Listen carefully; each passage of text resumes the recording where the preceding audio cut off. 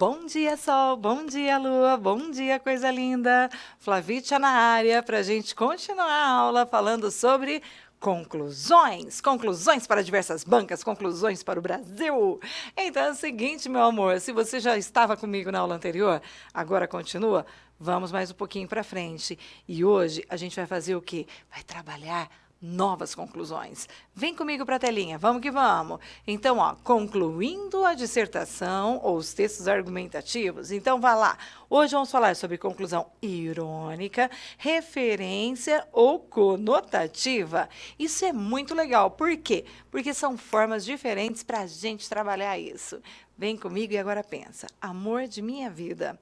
Se você vai fazer alguma banca que não seja aquela em sentido estrito, como a VUNESP, que normalmente trabalha com a conclusão síntese, que a gente falou agora há pouco, mas você vai fazer uma banca pelo Brasil, vai fazer um concurso, e aí o que acontece? Você vai fazer o teu texto. Nós sabemos que essas três conclusões que eu vou falar hoje são um pouquinho menos ortodoxas, são um pouquinho fora da caixinha e que são bem legais. E que tem gente que chega a usar no Enem, certo? Ainda que seja mais ousado, tem vários alunos que chegam a utilizá-las no Enem, na hora da prova, porque foram treinando. E é assim que tem que ser. Redação, a gente treina, a gente manda para correção, a gente pega de volta e a gente olha e vai evoluindo aos poucos. Então, e aí hoje eu vou chamar você então para a gente começar a falar um pouquinho dessas conclusões mais exóticas, mais interessantes, mais gostosas. A primeira delas é a por ironia. Vamos lembrar o que é uma ironia?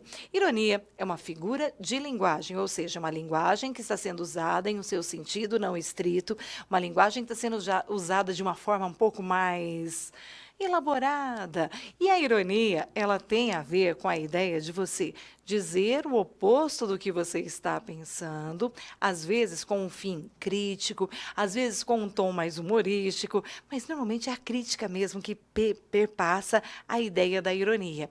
Então você vai lembrar que uma conclusão em que você usa a ironia, você está por vezes colocando doses de crítica ali com uma linguagem um pouco diferente. Se você pensou em Machado de Assis como um escritor irônico, você acertou. Ele fazia uso da ironia em vários de seus textos, o que dava a eles uma dimensão maior, tornava mais atrativo, mais interessante, e isso é muito bem visto. Tudo bem? Então vamos pensar. Se eu vejo uma conclusão irônica, como que isso pode acontecer em um texto? Vamos dar uma olhada como essa linguagem foi elaborada? É a riqueza da linguagem que vai dar esse toque. Nós sabemos, por exemplo, que num artigo de opinião, a ironia está sempre muito presente. E numa dissertação, às vezes um pouquinho, uma dose um pouquinho maior, um pouquinho menor, mas ela fica bem legal também. Dá uma olhada nesse exemplo que tem na telinha. Vamos lá comigo?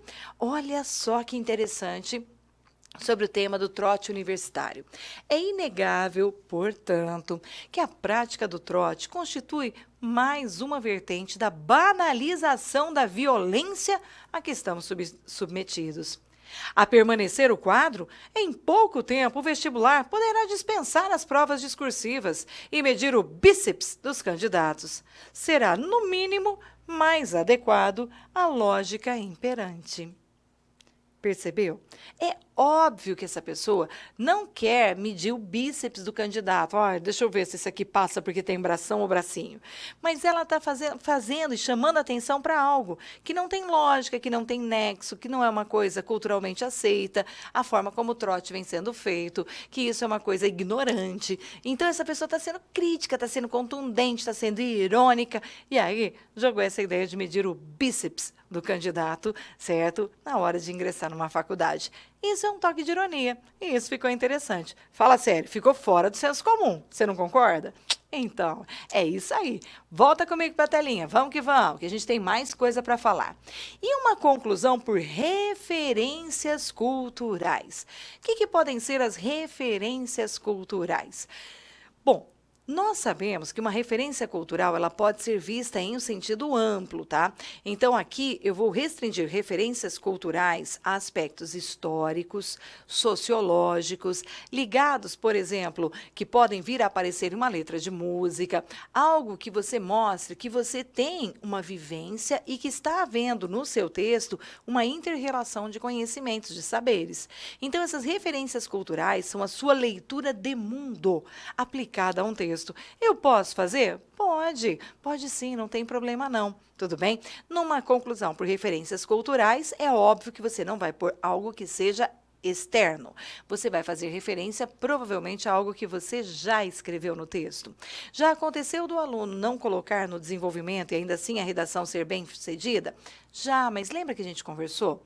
Numa prova como o Enem, você não é obrigada por título, mas se você pôs uma referência cultural na conclusão e não percebeu, falou, puxa vida, eu não consegui colocar nem na introdução e nem no desenvolvimento, mas se você lembrar de fazer alusão a ela no título, você já começa a validar aquela referência, ela é aceitável. Tudo bem? O ideal é que venha no corpo do texto, mas se não vier, assim pelo menos você não perde nota.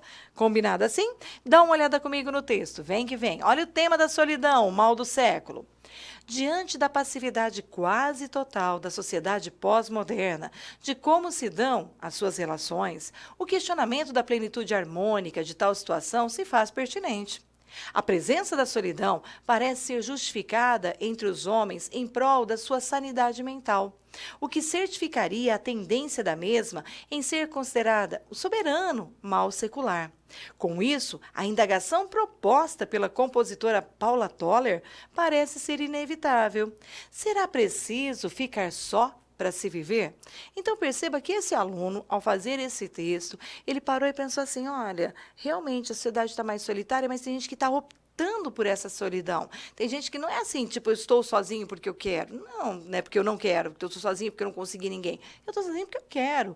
Então, ele vai chamando a atenção. E ele virou e falou, poxa vida, ó, tem uma letra de música lá que eu ouvi, que é antiga, e que me chamou a atenção e que é legal. Aí ele vai lá, cita a compositora e cita o trecho.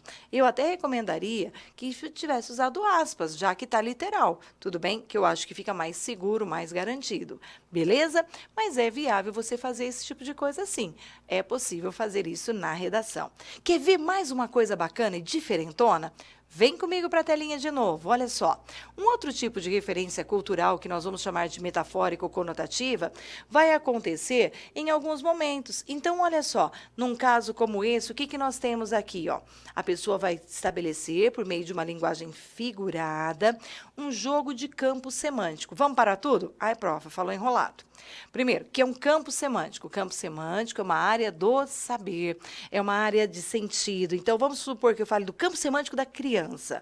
Fale tudo o que vier à sua cabeça que tem a ver com criança. Aí você fala, criança lembra brincadeira, festa, criança lembra choro, risada, criança lembra escola, criança lembra merenda. E você vai buscar, né, as coisas que lembram criança, bola, peteca. Legal. Se eu virasse para você e falasse, fale alguma coisa do campo semântico da violência. Ah, violência lembra arma, tiro, que mais? Bandido, ladrão. Isso é um campo semântico, tudo bem? Um aluno bem sagaz, bem esperto, pode fazer uso de um campo semântico que tenha alguma apropriação com o tema, que esteja relacionado com o tema. Então, veja comigo esse texto e aí nós vamos perceber como isso se dá. Olha só. Observa-se que, diante de problemas emergenciais como a fome, a violência, a miséria, a preservação ambiental acaba relegada a um segundo plano na lista de prioridades dos governos. O risco que a humanidade corre pode, portanto, aumentar mais. Afinal, uma questão que era para ser um latejo incômodo pode se tornar uma doença crônica, para a qual, se as intervenções forem tardias, não haverá cura. Caberá ao homem apenas tentar aprender a conviver. Percebe que ele fala dos problemas sociais, a fome, a miséria, etc. E ele vai jogar isso no campo semântico da doença. Então, olha, era um latejo incômodo. Já teve uma dor de cabeça que fica latejando? Aí isso vai virar uma doença crônica para a qual não há cura. Percebeu? Isso é um jogo feito de um campo semântico, ou seja, eu uso uma linguagem conotativa, metafórica, criando um aspecto, tá, forte para o meu texto. Eu brinco com essa linguagem e isso fica legal. Há alguns anos, né, houve um tema de redação que eu gostei muito, que foi um tema lá da FUVEST, em que um aluno, ele também fazia isso. Era sobre a questão do tempo e ele fez uma redação que ele nomeou. O título dela foi Sob Fios e retalhos do tempo.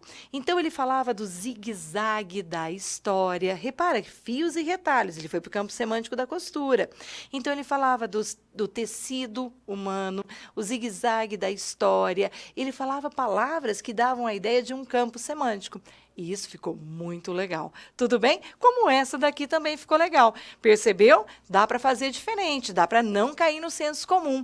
Depende muito da banca em que você vai fazer o vestibular, depende do propósito que você quer adotar, mas dá para fazer muita coisa bacana. Belezinha até aqui, moçada? Bom, então se até aqui já tá gostoso, já tá legal, você pegou o estilo, então nós já vimos, ó, os mais tradicionais, os mais inusitados, agora só falta a gente falar da redação para o Enem, a conclusão para o Enem. Mas essa conclusão para o Enem, você vai ouvir comigo na nossa próxima aula. Por enquanto, eu digo o quê? Eu digo para você, meu amor, que eu só vou mostrar mais um exemplo e vou fechar o texto com você de um jeito bem legal. E aí, ó, fechamos aqui. E aí a gente vai para o Enem. Tudo bem? Agora, antes de fechar, dá uma olhada. E se eu quisesse trocar campo semântico por mitologia, é possível? É possível. Quer ver? Vem agora, dá uma olhada como é que fica essa conclusão mitológica. Trata-se, portanto, de um único malandro que sintetiza a complementariedade do ócio e da ação. As músicas compostas por esses poetas e por vários outros artistas, vítimas de pecado contra o capital, desequilibram a sobriedade dessa trajetória retilínea e convidam o homem a se recusar a enxergar o Cronos como um vilão mitológico, a dançar no seu próprio ritmo, em vez de executar uma marcha cinza e pouco criativa. Assim, observa-se a ação plena de um indivíduo que não reduz o tempo a uma determinante física para os dados de uma produtividade, mas que se vê como uma força vetorial que, somada a outras, promove o desenvolvimento da sociedade. Então, meu amor, só para a gente fechar, esse último exemplo, ele fala de Cronos, ele, na verdade, personifica Cronos, ele mostra isso para a gente no texto, ele usa um pouco da vivência. Então, eu posso fazer isso? Pode, mas, ó, volta aqui. Eu estou mostrando aqui as criativas. Então, você vai lembrar. Você pode, de repente, falar do mito de Narciso, você pode falar de Cronos, você pode falar de 1000 coisas. Mas lembra que existem bancas específicas que têm olhares mais adequados. Então, toma cuidado, porque essa aqui até pode aparecer no Enem, mas não é o principal, não na conclusão. Belezinha? Você vai usar mais em outras bancas pelo Brasil. Como às vezes a gente encontra bancas da FCC, entre tantas outras que nós podemos vir a encontrar, a COPES, etc. Certo até aqui? Então agora vem comigo, porque agora eu vou falar para você. Tchau! E vem para a próxima aula, porque lá nós teremos o Enem. Belezinha? Beijo, beijo, beijo. Tchau!